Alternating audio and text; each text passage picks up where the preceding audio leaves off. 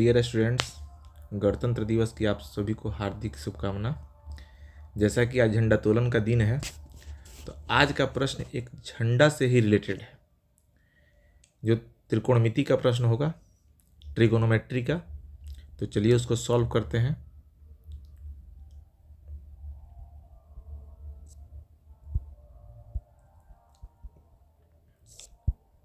Solution में प्रश्न कह रहा है कि समतल भूमि पर एक मीनार खड़ी है, यानी एक फ्लैट सरफेस है, उस पर एक मीनार खड़ी है। तो पहले इसका एक फिगर बनाते हैं। ये हमारा समतल सरफेस है, इस पर एक मीनार खड़ा है, एक टावर। तो मैंने एक टावर ले लिया,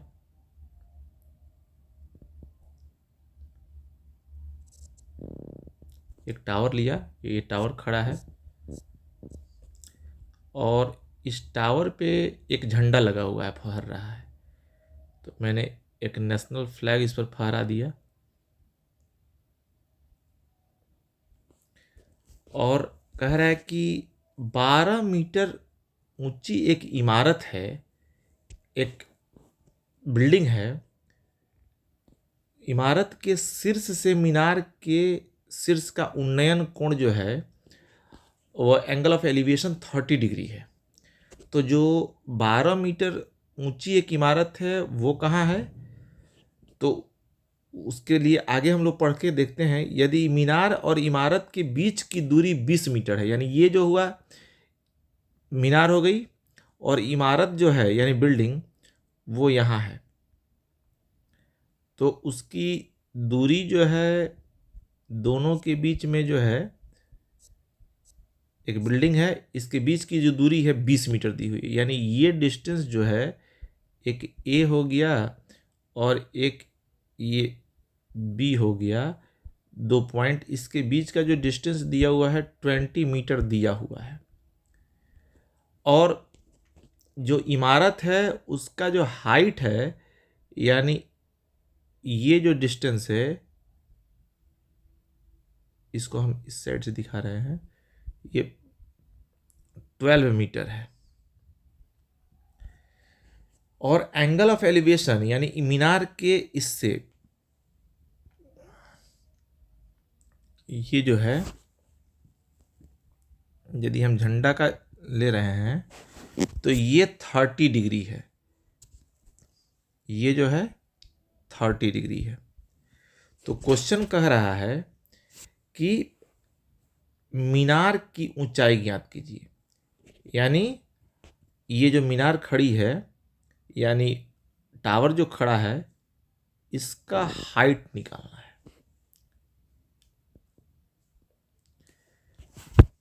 ध्यान देने वाली बात यह है कि इस प्रश्न में बहुत लंबा चौड़ा तो कहानी दे दिया है, लेकिन इस प्रश्न में आखिर ऐसा क्या चीज़ है जिसके माध्यम से हम इसको सॉल्व कर सकते हैं। तो सबसे बड़ा चीज़ जो दिया है उसको हम एक जगह पर लिख लें। प्रश्न में तो दिया ही है, उत्तर जब उसका बना रहे हैं, सॉल्यूशन कर रहे हैं, तो उसका भी जिक्र एक बार हम एक जगह कर लें। तो दिखा है, लिया है कि इसको हम लिखते हैं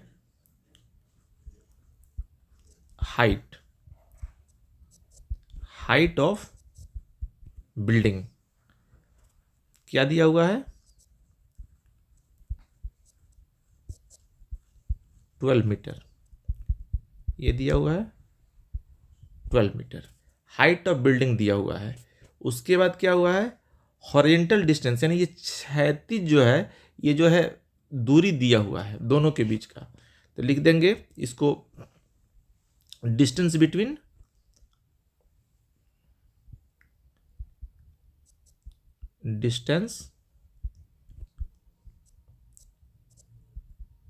बिटवीन टावर एंड बिल्डिंग।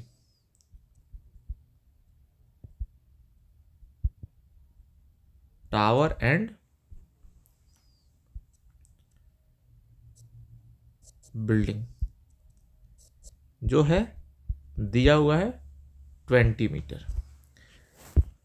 और एंगल ऑफ एलिवेशन जो दिया हुआ है वो दिया हुआ है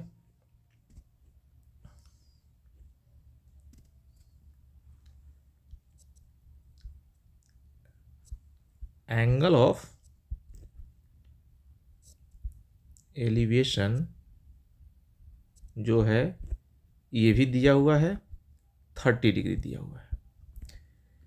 अब जब इतनी सारी चीज़ें यानी 3 पॉइंट्स हमको दिया हुआ है और क्या निकालना है, हाइट ऑफ बिल्डिंग निकालना है, सॉरी हाइट ऑफ टावर निकालना है। तो इसके लिए हम एक ट्रिगोमेट्री का फॉर्मूला यूज करेंगे, कुछ कॉन्सेप्ट जिसके माध्यम से इसको निकाल पाएंगे हम।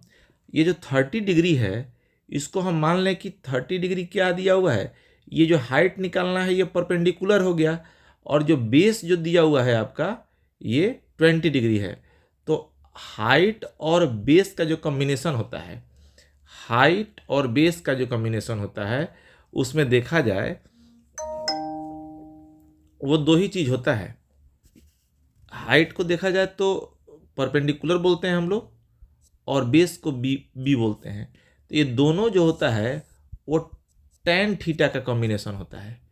तो हम यहाँ पर लिख सकते हैं कि we know that tan theta equal to P/B, और P/B जब दिया हुआ है तो tan थीटा का वैल्यू हम 30 डिग्री लेते हैं। tan 30 डिग्री का वैल्यू क्या हो जाएगा, P का वैल्यू क्या है, H है जो मुझे निकालना है, और B का वैल्यू जो 20 डिग्री है, 20 मीटर है, ये हमको दिया हुआ है। तो हम इसको लिख देंगे 20। अब आगे चलते हैं तो tan 30 डिग्री का वैल्यू क्या होता है। तो tan 30 डिग्री का वैल्यू होता है 1/√3 इक्वल टू H/20। तो देखें तो यहाँ से क्या वैल्यू निकलेगा, H का वैल्यू जो मुझे निकालना था वो हो जाएगा, इसलिए √3H इक्वल टू 20। अब H का वैल्यू क्या रह गया, 20/√3, जिसको सॉल्व करने के बाद जो वैल्यू आएगा वो हो जाएगा आपका 11.55, जो मेरा सॉल्व किया हुआ है उसके इक्विवेलेंट होगा। तो 11.55 हो जाएगा जो आपके टावर का हाइट हो जाएगा। इसलिए यहाँ पर लिखेंगे, इसलिए required height of tower equal to 11.55 metre. Thank you.